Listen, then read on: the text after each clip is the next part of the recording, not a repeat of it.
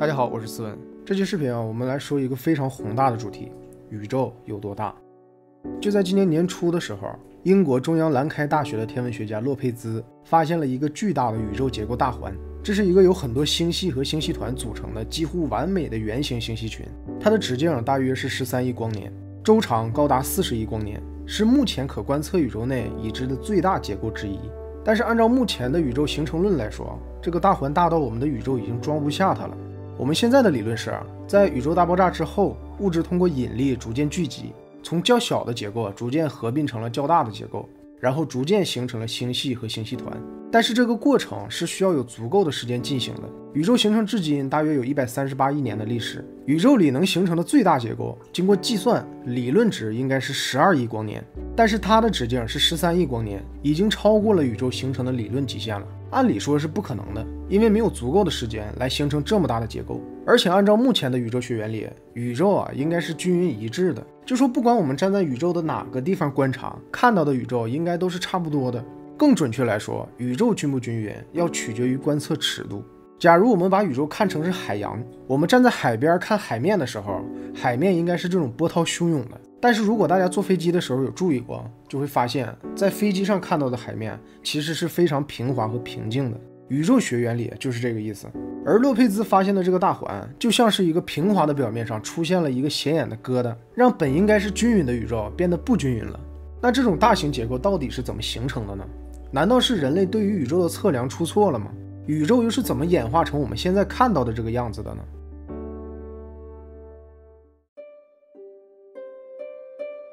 宇宙究竟有多大？我想大家或多或少都想过这个问题，但是这个问题我们自己很难想象出答案，而且想多了之后人还会产生一种虚无感。公元1世纪的时候，古希腊的天文学家托勒密提出了地心说的理论，他认为地球是宇宙的中心，太阳、月亮、行星，包括其他所有天体都是绕着地球转的，而地球本身在宇宙中的位置是不变的。这个理论在当时得到了大家的认可，直到16世纪初期，波兰的天文学家和数学家哥白尼提出了日心说，这才推翻了托勒密的地心说。哥白尼认为太阳才是宇宙的中心，地球只不过是太阳系中的一个普通行星，但是他的这个说法在当时是不被认可的，经过了1个多世纪才慢慢的被世人所接受。还有一直以来都有传言说哥白尼是因为反对地心说被烧死的，其实他是病死的，真正被烧死的是他的一个支持者，叫布鲁诺，他是一个意大利的哲学家，他坚持捍卫哥白尼的日心说，并且他还提出了自己的主张。他认为太阳也只是众多恒星之一，而且他还认为人类在宇宙中也不是唯一的。但是他的这种主张在当时被认为是异端，所以在1600年的时候，他被判了火刑，在罗马被当众烧死。我们现在看来，哥白尼的观点虽然也不完全正确，但是他提出的理论给当时人类的宇宙观带来了很大的改变。人们开始思考，我们身处的太阳系到底有多大呢？想要计算太阳系的大小并不是件容易事儿。从哥白尼提出日心说之后的将近100年的时间里，人类对于太阳系大小的计算就没有太大进展，直到开普勒的出现。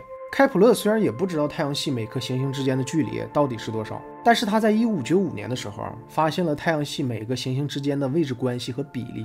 他当时把地球跟太阳之间的距离叫做1个天文单位，所以只要想办法知道1个天文单位是多少，那不就能算出每个行星之间的距离了吗？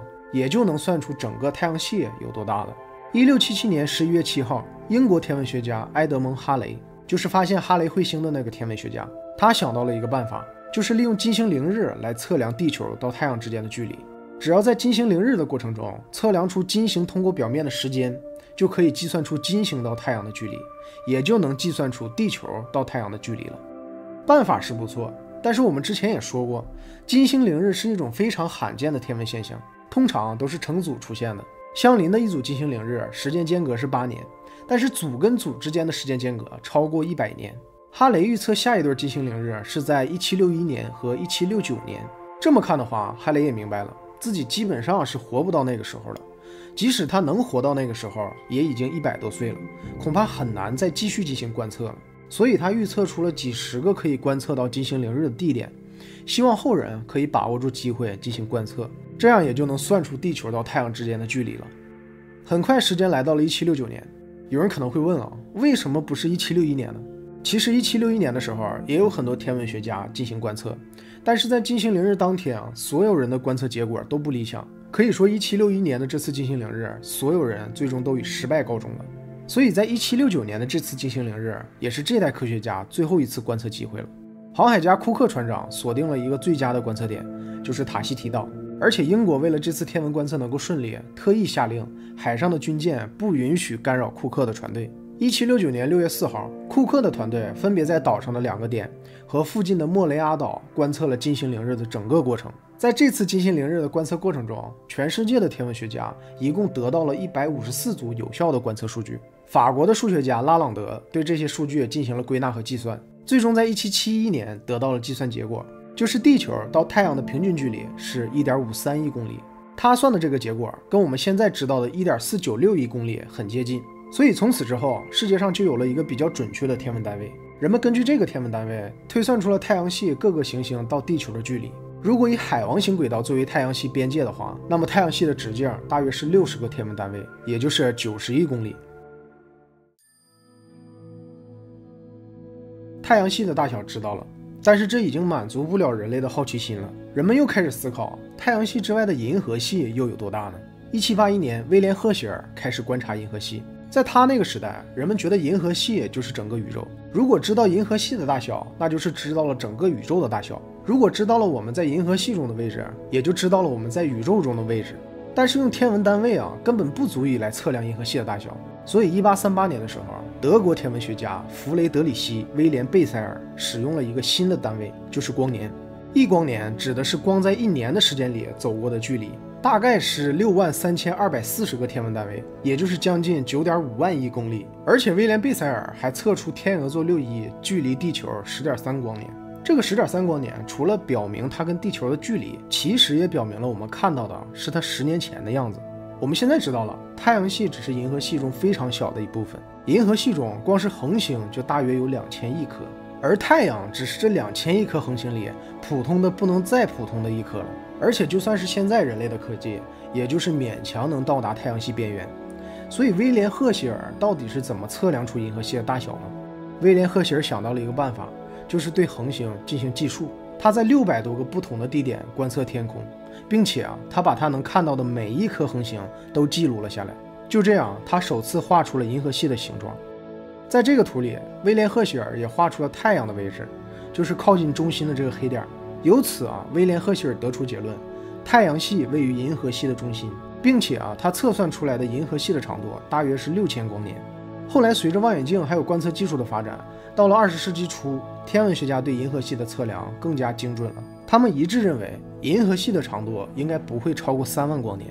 直到1908年的时候，当时哈佛大学的天文台有一个女性天文学家叫亨利艾塔勒维特，她发现了一种可以测量上万光年距离的方法，就是利用造父变星。造父变星的亮度会随着时间发生周期性变化，只要知道了它的亮度，就能根据公式算出我们到它的距离。所以造父变星也叫量天尺。1914年，美国的天文学家哈洛·沙普利决定利用造父变星来测量银河系的大小。他先是在银河系的各个角落找了69个球状星团，每个星团里都包含了数万甚至数百万颗恒星。经过了4年的观测，他终于测得了银河系的长度是30万光年。这跟20世纪初的那些天文学家说的3万光年可是差了10倍啊！除此之外，沙普利还发现太阳系并不在银河系的中心，而是在银河系的郊区。所以他的这个结果跟前人的结论差距太大了，他当时也是受到了非常多人的质疑。1920年4月26号，针对沙普利的这个结论，天文学界进行了一场世纪天文大辩论。辩论的主题就是宇宙的大小。辩论双方都是当时比较有影响力的天文学家，一个就是我们刚刚说的哈洛·沙普利，另一个叫希伯·柯蒂斯。所以这场辩论会在历史上也叫做沙普利柯蒂斯之争。辩论会开始之后，沙普利一上来就说，银河系就是整个宇宙，他计算出来的银河系大小就是整个宇宙的大小，像仙女星系这种螺旋星系只是银河系的一部分。理由很简单，他觉得如果仙女星系不是银河系的一部分，那它到银河系的距离肯定在10的8次方光年左右。这个距离跨度在当时的天文学界大家肯定是接受不了的。而柯蒂斯认为银河系代表不了整个宇宙，银河系也好，仙女星系也好，都只是宇宙里众多星系的一部分，就像是海上的一座座小岛一样。除此之外啊，柯蒂斯还说，他在研究的过程中发现，很多星云的内部都有一些特别明亮的天体。他当时管这种天体叫新星，他认为可能是星云内部孕育出来的新的恒星。而我们现在看来他说的这个新星其实就是白矮星。我们在黑洞的那期视频里介绍过，白矮星是恒星走向死亡过程中的一个阶段。柯蒂斯觉得这些新星足够的亮，但是跟银河系内部的恒星一比，它们的亮度又明显低了很多。这不正是因为它们离得太远，所以看上去才暗一些吗？两个人各有各的道理，所以这场辩论会最后谁也没说服谁。直到4年后，一个人的出现才结束了这场辩论。这个人就是埃德温·哈勃。我们经常听说的哈勃望远镜就是用他的名字命名的。哈勃这个人可以说是个6边形战士，天文、数学、拳击、法律什么都懂。1917年，他放弃了成为职业拳击手的机会，选择参军。第一次世界大战结束后，1920年，他加入了当时拥有世界上最好望远镜的威尔逊山天文台。1924年，当时年仅35岁的哈勃开始在星云中寻找新星，他瞄准的也是仙女座。这个仙女座在19世纪中期被天文学家梅西耶列入到了星云表中，排行第31位。所以我们现在也管仙女座叫 M31。哈勃在仙女座发现了造父变星，就是我们刚刚说过的。那找到造父变星，也就能测出地球到仙女座的距离了。经过计算哈勃发现仙女座和地球之间的距离超过了上百万光年，这个距离太远了，它不可能属于银河系，而是银河系外的一个独立的星系。哈勃把这个观测结果寄给了沙普利。沙普利看到这封信的时候，觉得自己的宇宙观瞬间崩塌了。但其实沙普利说的也不全是错的。我们现在知道太阳系确实不在银河系的中心，但银河系也没有他说的那么大。银河系的直径大约是10万到18万光年。虽然造父变星可以帮助人类测量宇宙的尺度，但它还是有一定的局限。当时人类的望远镜最远也只能观测到几百万光年之外的天体，但是宇宙可远远不止几百万光年。如果想要看得更远该怎么办呢？这个问题还是要哈勃来解决。1928年，哈勃参加了国际天文学联合会，在会上他听到了有关宇宙膨胀的理论。爱因斯坦推出广义相对论之后，有一些科学家就根据他的场方程计算出来，宇宙竟然一直在膨胀。但是爱因斯坦本人并不这么认为，他认为宇宙应该是静态的，宇宙空间的大小是不变的。为此呢，爱因斯坦给自己的引力场方程中引入了一个宇宙常数，这个常数能让计算出来的宇宙保持静态。哈勃并不相信爱因斯坦给出的这个宇宙常数，他决定还是自己动手来寻找答案。要想知道宇宙是不是在一直膨胀，只要知道星系之间的距离是越来越近还是越来越远就可以了。但是用什么方法呢？就是多普勒效应，也叫多普勒平移。这个现象指的是当一个波源相对于观察者运动时，观察者接收到的波的频率或者波长发生改变的一种现象。这种现象我们日常生活中经常能遇到，比如当一辆车按着喇叭向你开过来的时候，你听到的喇叭声会越来越大。当车开远之后呢，你听到的声音就会变低，因为当车接近的时候，声波会被压缩，频率增高，声音就会变高。当车远离的时候呢，声波会被拉长，频率降低，声音就会变低。这是声波。那光波也是波，也适用于多普勒效应。在宇宙中，如果恒星朝着地球运动，光的谱线就会向紫光的方向移动，称为蓝移。如果星系远离地球，那光的谱线就会向红光的方向移动，称为红移。1929年，哈勃和他的助手赫马森测量了24个银河系外星系的距离，他们发现这些星系确实是在朝着远离地球的方向移动，而且距离越远的星系移动的速度越快。哈勃还发现星系的红移速度和它到我们的距离成正比。这下哈勃找到了宇宙膨胀的证据，他将观测结果总结成了一个数学公式，其中 v 是星系的远离速度， d 是星系跟地球之间的距离，这个 h0 就是哈勃常数。当时哈勃计算的数值是526。那么根据哈勃常数，人们估算出了宇宙的年龄大约是21年，半径大约是68亿光年。但是这个计算结果很多人都觉得不可能，并不是大小的问题，而是宇宙20亿的年龄太小了。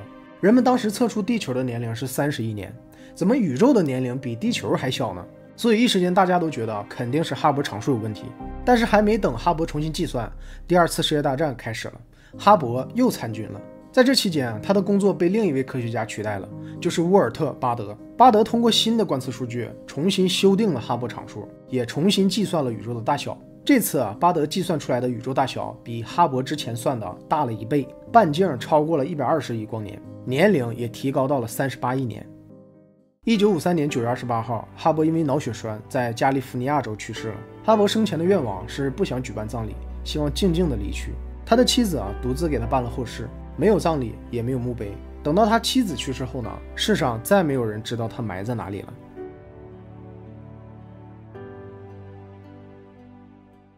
1990年4月24号，发现号航天飞机载着一台太空望远镜从地球升空。为了纪念哈勃，这个望远镜被命名为了哈勃太空望远镜。也有人说是哈勃的遗体以某种方式融入了这台望远镜里。1995年，哈勃望远镜连续10天盯着北斗七星附近一小块几乎什么都没有的区域，拍下了324张独立曝光影像，最终合成了哈勃望远镜的第一张深空照片，也叫哈勃深空。这张照片上有3000多个亮点，这些不是星星，而是跟银河系一样拥有数千亿颗恒星的星系，而这3000多个星系也只占了整个天区面积的2400万分之一。3年后，哈勃望远镜生成了第2张深空照片，叫哈勃南部深空。同样的星系分布密度，同样的星系结构，甚至是同样的星系亮度。这张新的深空照片跟3年前第1张深空照片看上去并没有什么大的区别。这个就是咱们开头说的，宇宙是均匀的。因为这2张照片的相似度太高了，说明宇宙里星系的分布十分均匀，所以哈勃望远镜不管朝着哪个方向拍，最终得到的图像应该都是大同小异的。2003年9月到2004年1月，哈勃望远镜对着天炉座方向进行了长达113天的累计曝光，最终合成了哈勃超级深空。这次拍摄的天区大小要比前2次都大，大概是整个天区的1270万分之一，其中包含了大约1万个星系，里面最小最红的星系是哈勃望远镜拍摄到的最遥远的星系，这些星系都在130亿光年之外，也就是说大家现在看到的基本就是宇宙大爆炸后形成的第一批星系了。在哈勃深空照片出现之前，天文学家预测宇宙星系总量在1000万级别，但哈勃深空说明可观测宇宙内至少拥有1000亿个星系，而这些100亿光年外的星系，有的甚至都没来得及大规模生成恒星。所以这张照片向人类展示了一个极其年轻的宇宙，就像当时媒体报道的那样，哈勃看到了大爆炸。说到宇宙大爆炸，目前天文学界对宇宙的年龄也有了一个共识，就是大约138亿年。在138亿年前，宇宙中所有的物质都被挤成了一个温度极高的点，在一瞬间，这个点突然爆裂，构成宇宙的所有物质被送入太空。这个点爆裂的瞬间就是宇宙大爆炸。而且随着宇宙的不断膨胀，目前它的可观测直径已经达到了930亿光年。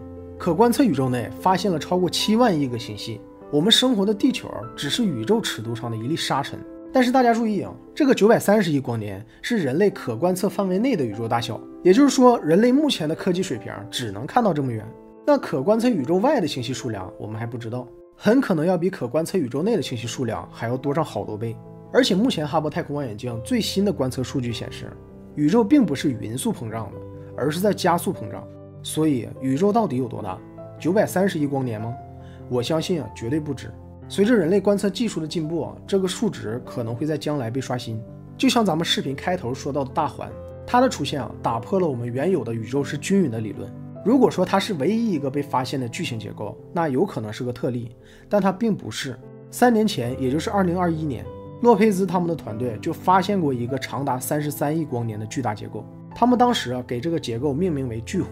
这个巨弧和大环离得非常近，而且他们到地球的距离都差不多，大约都是92亿光年。所以洛佩兹他们团队觉得这2个巨型结构很可能是一个更大结构的一部分。